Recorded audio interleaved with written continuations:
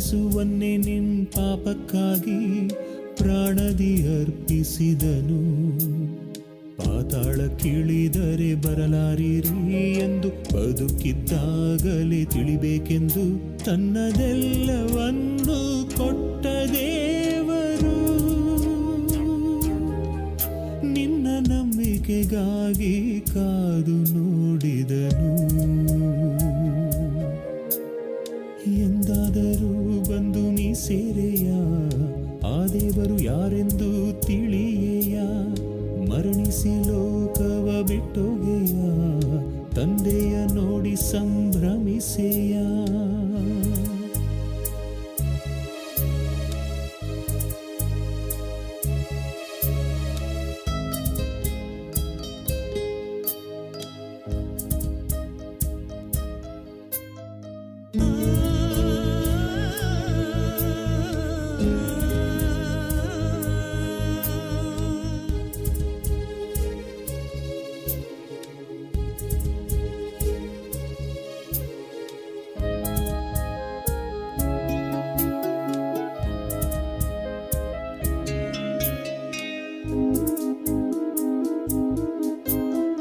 ಕೀಟದ ಮದ್ದನ್ನು ಕುಡಿದೆ ನೀನು, ಕೀಟಕ್ಕಿಂತ ಮೊದಲೇ ಮಡಿದೆ ನೀನು. ಮರಣವೇ ಅಂತ್ಯವೆಂದು ತಿಳಿದೆ ನೀನು, ಯಾವ ಬಾಧೆ ಇಲ್ಲವೆಂದು ಹೋದೆ ನೀನು. ಮಣ್ಣಾಯಿತು ಶವ ಮಣ್ಣಿಗೆ, ಸೇರಿತು ಆತ್ಮ ಅಗ್ನಿಗೆ. ಅದು ತಿಳಿಯದೆ ಪ್ರಾಣವನೀ ತೆಗೆದೆ, ಯಾವ ಬಾಧೆ ಇಲ್ಲವೆಂದು ಮೋಸ ಹೋದಿಯೋ. ಎಂದಾದರೂ ಬಂದು ನೀ ಸೇರೆಯ, ಆ ದೇವರು ಯಾರೆಂದು ತಿಳಿಯೇಯ. ಮರಣಿಸಿ ಲೋಕವ ಬಿಟ್ಟೋಗೆಯ, ತಂದೆಯ ನೋಡಿ ಸಂಭ್ರಮಿಸೆಯ.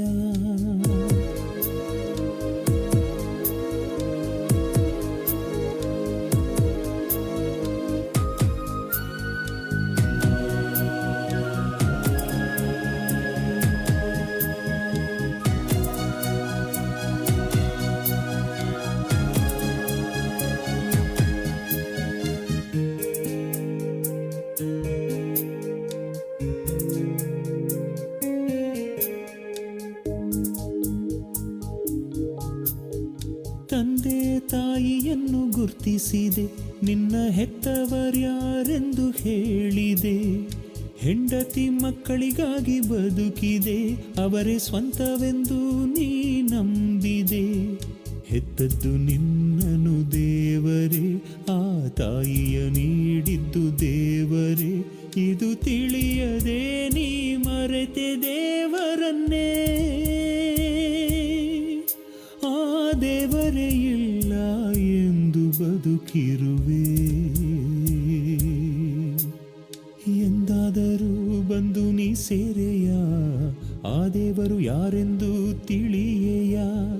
ಮರಣಿಸಿ ಲೋಕವ ಬಿಟ್ಟೋಗೆಯ, ತಂದೆಯ ನೋಡಿ ಸಂಭ್ರಮಿಸೆಯ.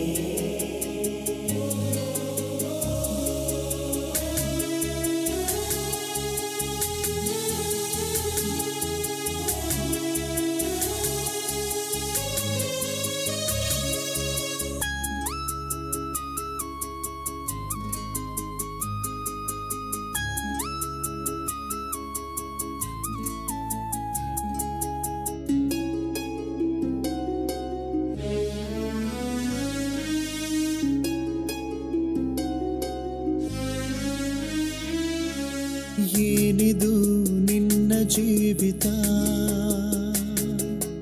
ಏನಿದು ನಿನ್ನ ಜೀವಿತ. ಸ್ವಲ್ಪ ಸ್ವಲ್ಪ ಹೊತ್ತು ಕಾಡಿಸಿ ಕ್ಷಣದಲ್ಲೇ ಕಾಣದಿರುವ ಹಬೆಯಂತಿರುವ ನಿನ್ನ ಜೀವಿತ.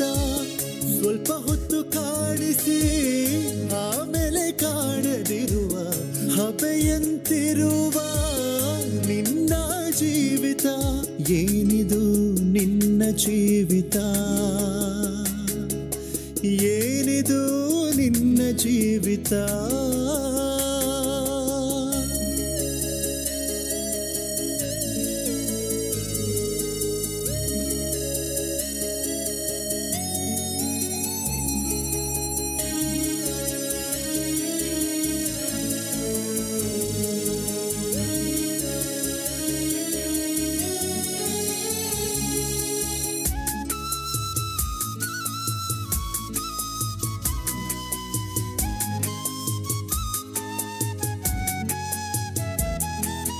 ರಾಜಾದಿರಾಜರು ರಾಜ್ಯ ಆಳಿದರು, ಮಣ್ಣಿನೊಳಗೆ ಬೆರೆತು ಹೋದರು. ಶ್ರೀಮಂತರು ಲೋಕ ಆಳಿದರು, ಬಿಟ್ಟು ಹೋದರು ಕೂಡಿಟ್ಟ ಆಸ್ತಿಯ.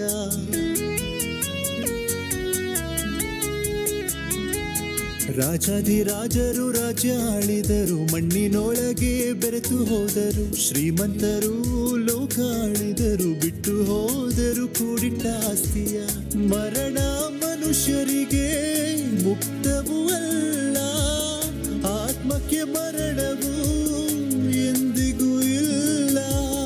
ಮರಣ ಮನುಷ್ಯರಿಗೆ ಮುಕ್ತವೂ ಅಲ್ಲ, ಆತ್ಮಕ್ಕೆ ಮರಣವು ಎಂದಿಗೂ ಇಲ್ಲ. ಏನಿದು ನಿನ್ನ ಜೀವಿತ, ಏನಿದು ನಿನ್ನ ಜೀವಿತ.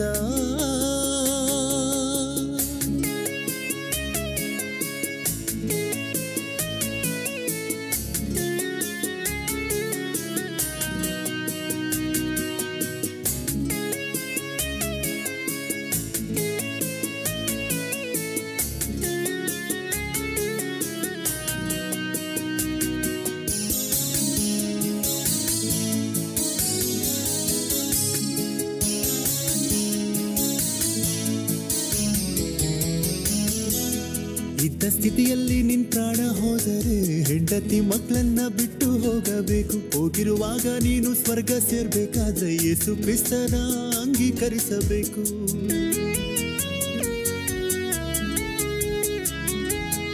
ಇದ್ದ ಸ್ಥಿತಿಯಲ್ಲಿ ನಿನ್ ಪ್ರಾಣ ಹೋದರೆ ಹೆಂಡತಿ ಮಕ್ಕಳನ್ನ ಬಿಟ್ಟು ಹೋಗಬೇಕು. ಹೋಗಿರುವಾಗ ನೀನು ಸ್ವರ್ಗ ಸೇರ್ಬೇಕಾದ್ರೆ ಯೇಸು ಕ್ರಿಸ್ತನ ಅಂಗೀಕರಿಸಬೇಕು. ಕ್ರಿಸ್ತನ ನಂಬಿಕೊಂಡು ನಂಬಿಗಸ್ತನಾಗಿದ್ದರೆ ಆರದ ಬೆಂಕಿಯಿಂದ ರಕ್ಷಿಸಲ್ಪಡುವಿರಿ. ಕ್ರಿಸ್ತನ ನಂಬಿಕೊಂಡು ನಂಬಿಗಸ್ತನಾಗಿದ್ದರೆ ಆರದ ಬೆಂಕಿಯಿಂದ ರಕ್ಷಿಸಲ್ಪಡುವಿರಿ. ಏನಿದು ನಿನ್ನ ಜೀವಿತ, ಏನಿದು ನಿನ್ನ ಜೀವಿತ. ಸ್ವಲ್ಪ ಹೊತ್ತು ಕಾಣಿಸಿ ಆಮೇಲೆ ಕಾಣದಿರುವ ಹಬೆಯಂತಿರುವ ನಿನ್ನ ಜೀವಿತ. ಸ್ವಲ್ಪ ಹೊತ್ತು ಕಾಣಿಸಿ ಆಮೇಲೆ ಕಾಣದಿರುವ ಹಬೆಯಂತಿರುವ ನಿನ್ನ ಜೀವಿತ. ಏನಿದು ನಿನ್ನ ಜೀವಿತ, ಏನಿದು ನಿನ್ನ ಜೀವಿತ.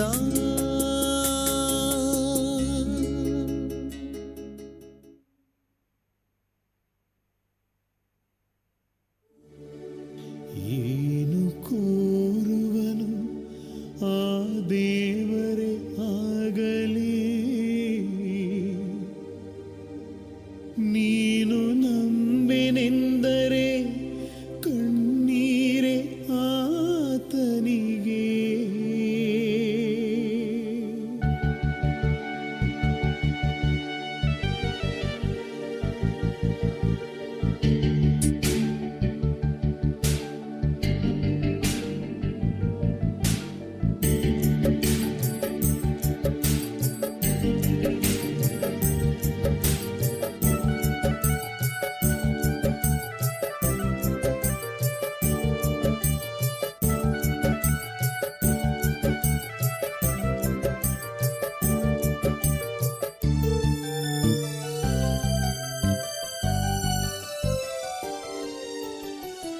ದೇವರೆಷ್ಟೇ ಮಾಡಿದರು ಮನುಜಗೆಷ್ಟೇ ನೀಡಿದರು ನಂಬಲಿಲ್ಲ ಮನುಜರು ಒಬ್ಬ ದೇವರನ್ನೇ.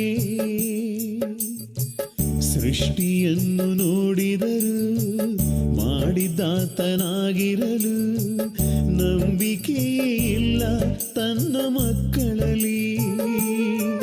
ಆತನೊಬ್ಬನೇ ನಿನ್ನ ತಂದೆ, ಆತನೊಬ್ಬನೇ ನಿನ್ನ ದೇವರು, ನೀವೆಲ್ಲ ಮಕ್ಕಳೆಂದು ತಿಳಿಯದೋ. ಆತನೊಬ್ಬನೇ ನಿನ್ನ ತಂದೆ, ಆತನೊಬ್ಬನೇ ನಿನ್ನ ದೇವರು, ನೀವೆಲ್ಲ ಮಕ್ಕಳೆಂದು ತಿಳಿಯದೋ.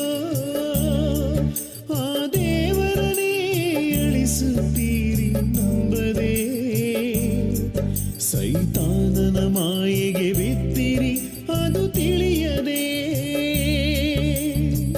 ದೇವರೆಷ್ಟೇ ಮಾಡಿದರು ಮನುಜಗೆಷ್ಟೇ ನೀಡಿದರು ನಂಬಲಿಲ್ಲ ಮನುಜರು ಒಬ್ಬ ದೇವರನೇ.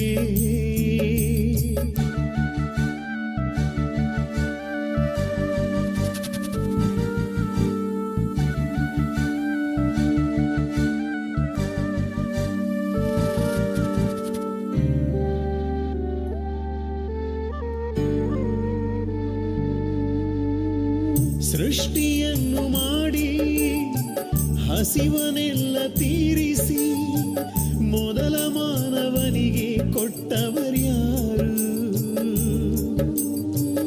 ಆದಾಮ ಹವ್ವಳಿಗೆ ದೇವನೊಬ್ಬನೇ ಇರಲು ನಿಮಗೆಲ್ಲ ಆ ದೇವರು ಯಾರು?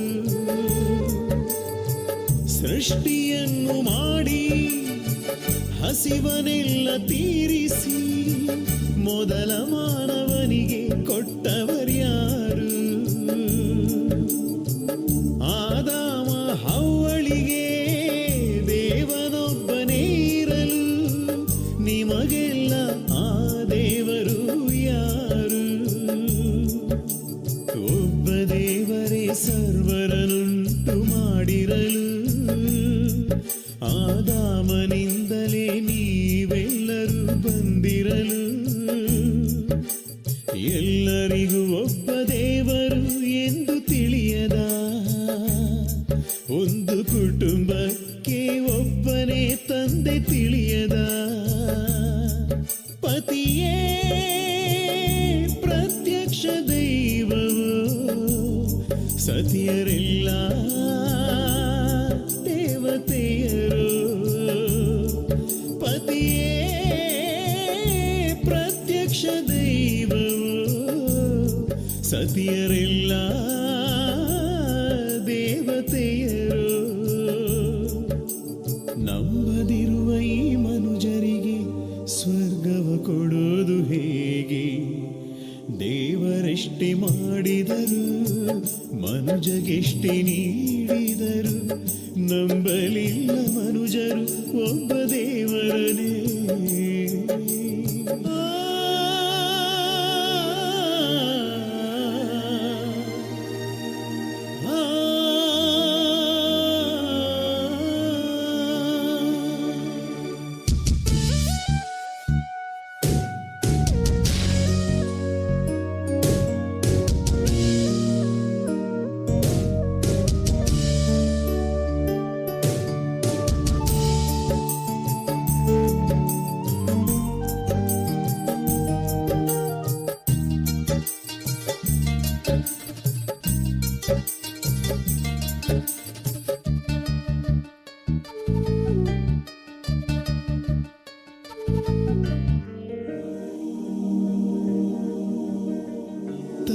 ತಂದೆ ನಂಬಿದ ದೇವರ ನೀ ನಂಬಿಕೊಳ್ಳೆಯ?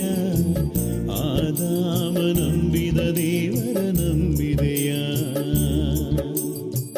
ತಾಯಿ ತಂದೆ ನಂಬಿದ ದೇವರ ನೀ ನಂಬಿಕೊಳ್ಳೆಯ?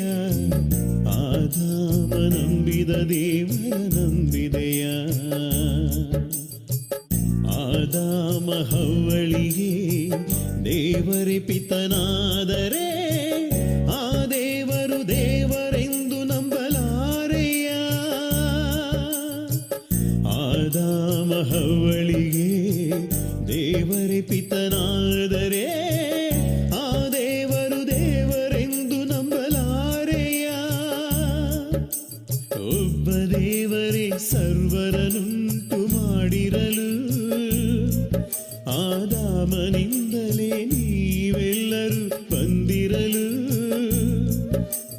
ಎಲ್ಲರಿಗೂ ಒಬ್ಬ ದೇವರು ಎಂದು ತಿಳಿಯದ, ಒಂದು ಕುಟುಂಬಕ್ಕೆ ಒಬ್ಬನೇ ತಂದೆ ತಿಳಿಯದ, ಪತಿಯೇ ಪ್ರತ್ಯಕ್ಷ ದೈವವು, ಸತಿಯರೆಲ್ಲ ದೇವತೆಯರು. ಪತಿಯೇ ಪ್ರತ್ಯಕ್ಷ ದೈವವು, ಸತಿಯರೆಲ್ಲ ದೇವತೆಯರು. ಹೆತ್ತ ತಂದೆಯ ಇಲ್ಲವೆಂದರೆ ನಿನ್ನ ನಂಬಿಸೋದಾದರೂ ಹೇಗೆ? ದೇವರೆಷ್ಟೇ ಮಾಡಿದರು, ಮನುಜಗೆಷ್ಟೇ ನೀಡಿದರು, ನಂಬಲಿಲ್ಲ ಮನುಜರು ಒಬ್ಬ ದೇವರನೇ. ಪ್ರೀತಿಯ ದೇವರ ಮಕ್ಕಳೇ, ಆತನು ನಿಮಗಾಗಿ ಎಷ್ಟೊಂದು ತಪ್ಪಿಸುತ್ತಿದ್ದಾನೋ, ಎಷ್ಟೊಂದು ಕುಂದುತ್ತಿದ್ದಾನೋ. ನಿನಗಾಗಿ ತಲಾಂತರದಿಂದ ತಪ್ಪಿಸುತ್ತಿರುವ ಆ ತಂದೆ ಬಾಧೆ ನಿನಗೆ ಅರ್ಥವಾಗುತ್ತಿಲ್ಲವೋ? ಆ ದೇವರ ಬಾಧೆ ಹೇಗೆ ಇರುತ್ತದೋ ನಿನ್ನ ಮಕ್ಕಳು ಮರಣಿಸಿದಾಗ ನಿನಗೆ ಗೊತ್ತಾಗುತ್ತಿಲ್ಲವೋ? ಮರಣಿಸಿದ ನಂತರ ಹೋಗಬೇಕಾದಂತಹ ಆ ಲೋಕಗಳನ್ನು ಕುರಿತು ಆತನು ಎಷ್ಟೊಂದು ತಪ್ಪಿಸುತ್ತಿದ್ದಾನೋ. ತನ್ನ ಮಕ್ಕಳೆಲ್ಲರೂ ನಾಶವಾಗುತ್ತಿದ್ದಾರೆ, ಸೈತಾನನ ಮಾಯೆಯಲ್ಲಿ ಸಿಕ್ಕಿಕೊಂಡಿದ್ದಾರೆಂದು ಆತನು ನಿಮ್ಮನ್ನು ಕುರಿತು ಚಿಂತಿಸುತ್ತಿದ್ದಾನೆ. ಆತನ ಕಣ್ಣೀರನ್ನು ತಡೆಯುವವರು ಯಾರು? ಯಾರು ಹೊರಡುವವರು? ಆತನನ್ನು ಕುರಿತು ಯಾರಿದ್ದಾರೆ? ಆತನನ್ನು ಕುರಿತು ಆ ತಂದೆಯ ಆವೇದನೆಯನ್ನು ಅರ್ಥ ಮಾಡಿಕೊಂಡು ಆತನೇ ದೇವರೆಂದು ಹೇಳಿ ಪಾಪಿಯಾಗಿದ್ದರೂ ತನ್ನ ಮಗನನ್ನಾಗಿ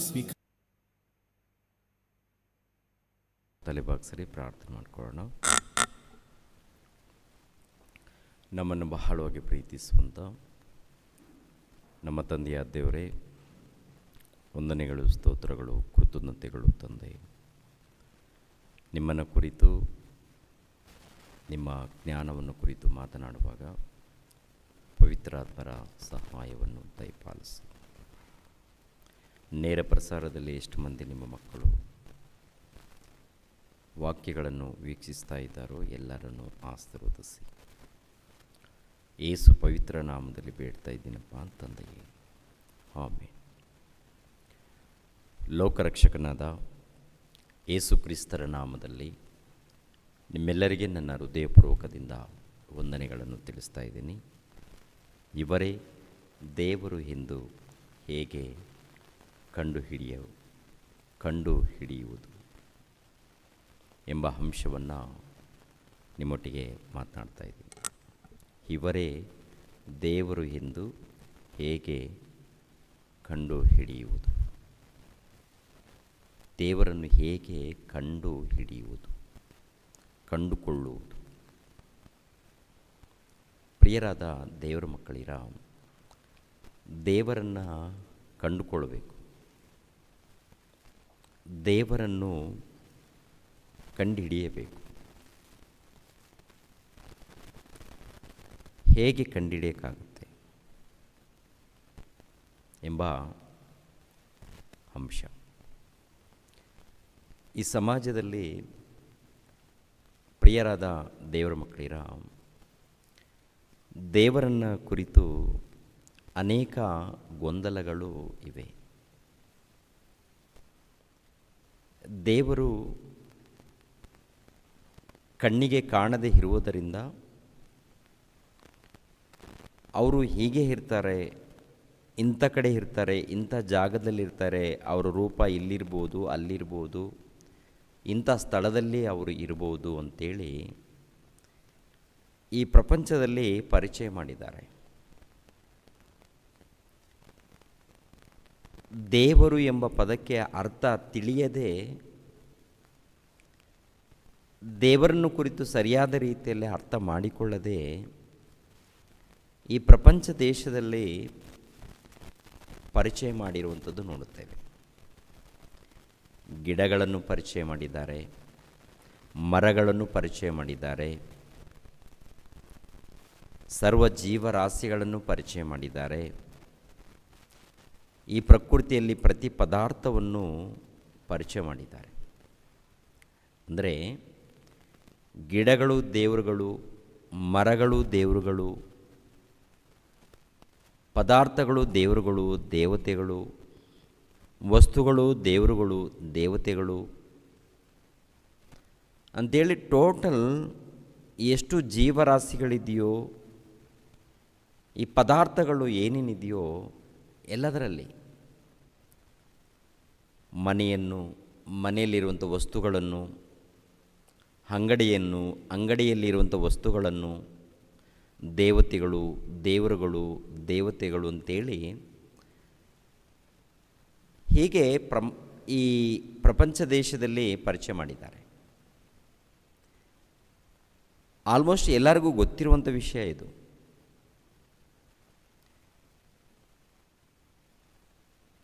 ಕುಲದಲ್ಲಿ ಇಂಥ ದೇವತೆಗಳು, ಜಾತಿಗಳಲ್ಲಿ ಇಂಥ ದೇವತೆಗಳು, ದೇವರುಗಳು, ಮತದಲ್ಲಿ ಇಂಥ ದೇವತೆಗಳು, ದೇವರುಗಳು, ಧರ್ಮದಲ್ಲಿ ಇಂಥ ದೇವತೆಗಳು, ದೇವರುಗಳು ಅಂತೇಳಿ ಟೋಟಲ್ ಎಲ್ಲ ಕಡೆ ಪರಿಚಯ ಮಾಡಿದ್ದಾರೆ. ದೇವರು ಎಂಬ ಪದಕ್ಕೆ ಅರ್ಥ ತಿಳಿದುಕೊಂಡು ಪರಿಚಯ ಮಾಡಿದ್ದಾರಾ, ಅಥವಾ ಏನು ಅಂದುಕೊಂಡು ಪರಿಚಯ ಮಾಡಿದ್ದಾರೆ? ಈ ದಿನ ಪ್ರತಿ ಒಬ್ಬರು ಅರ್ಥ ಮಾಡಿಕೊಳ್ಬೇಕಾದಂಥ ಸಂಗತಿ. ಈ ಒಂದು ಅಂಶ ಪರಿಶೋಧನೆ ಮಾಡುವುದರಿಂದ, ವಿಚಾರ ಮಾಡುವುದರಿಂದ, ಆಲೋಚನೆ ಮಾಡುವುದರಿಂದ ಅರ್ಥ ಆಗುತ್ತೆ. ಆಲೋಚನೆ ಬೇಕು, ಪರಿಶೋಧನೆ ಬೇಕು. ಪರಿಶೋಧನೆ ಇಲ್ಲದೆ ಹೋದರೆ ಈ ಒಂದು ಅಂಶ ಅರ್ಥ ಆಗಲ್ಲ ರೀ. ನೋಡಿ ಪ್ರಿಯರಾದ ದೇವರ ಮಕ್ಕಳಿರ, ಈ ಸಮಾಜದಲ್ಲಿ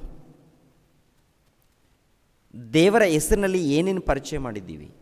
ಇದು ದೇವರು, ದೇವತೆ, ದೇವರು, ದೇವತೆ.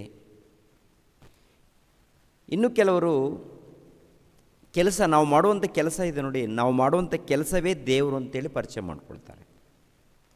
ನಾವು ಏನು ಕೆಲಸ ಮಾಡ್ತಾ ಇದ್ದೀವಿ, ಯಾವ ಕೆಲಸದಿಂದ ಊಟ ಮಾಡ್ತಾ ಇದ್ದೀವಿ, ಆ ಕೆಲಸವೇ ದೇವರು ಅಂತೇಳಿ ಪರಿಚಯ ಮಾಡ್ತಾರೆ. ಕೆಲವರೇನು ಗಿಡಗಳನ್ನು ಪರಿಚಯ ಮಾಡಿದ್ದಾರೆ, ಮರಗಳನ್ನು ಪರಿಚಯ ಮಾಡಿದ್ದಾರೆ, ವಸ್ತುಗಳನ್ನು ಪರಿಚಯ ಮಾಡಿದ್ದಾರೆ, ಮನುಷ್ಯರ ವಿಗ್ರಹಗಳನ್ನು ಪರಿಚಯ ಮಾಡಿದ್ದಾರೆ, ಮನುಷ್ಯರನ್ನು ಪರಿಚಯ ಮಾಡಿದ್ದಾರೆ. ಇವರು ಈ ಗ್ರಾಮದಲ್ಲಿ, ಇವರು ಈ ಮನುಷ್ಯ ಈ ಗ್ರಾಮಕ್ಕೆ ದೇವರು, ಈ ಒಂದು ಪ್ರಾಂತಕ್ಕೆ ಇವರು ದೇವರು, ಈ ಮನುಷ್ಯನು ಇಲ್ಲ ಈ ಒಂದು ವಸ್ತು ಅಂಥೇಳಿ ಮನುಷ್ಯರನ್ನು, ಗಿಡಗಳನ್ನು, ಮರಗಳನ್ನು, ಪ್ರಾಣಿಗಳನ್ನು, ಪಕ್ಷಿಗಳನ್ನು, ಜಂತುಗಳನ್ನು ಈಗ ಟೋಟಲ್ ಎಲ್ಲ ಕಡೆ ಪರಿಚಯ ಮಾಡಿದ್ದಾರೆ. ಇವತ್ತು ಪ್ರತಿ ಮನುಷ್ಯನು ವಿಚಾರ ಮಾಡಬೇಕು, ಯಾವುದು ಸತ್ಯ, ಯಾವುದು ಅಸತ್ಯ, ದೇವರಂದರೆ ಅರ್ಥ ಏನು, ದೇವರು ಎಂಬ ಪದಕ್ಕೆ ಅರ್ಥ ಏನು,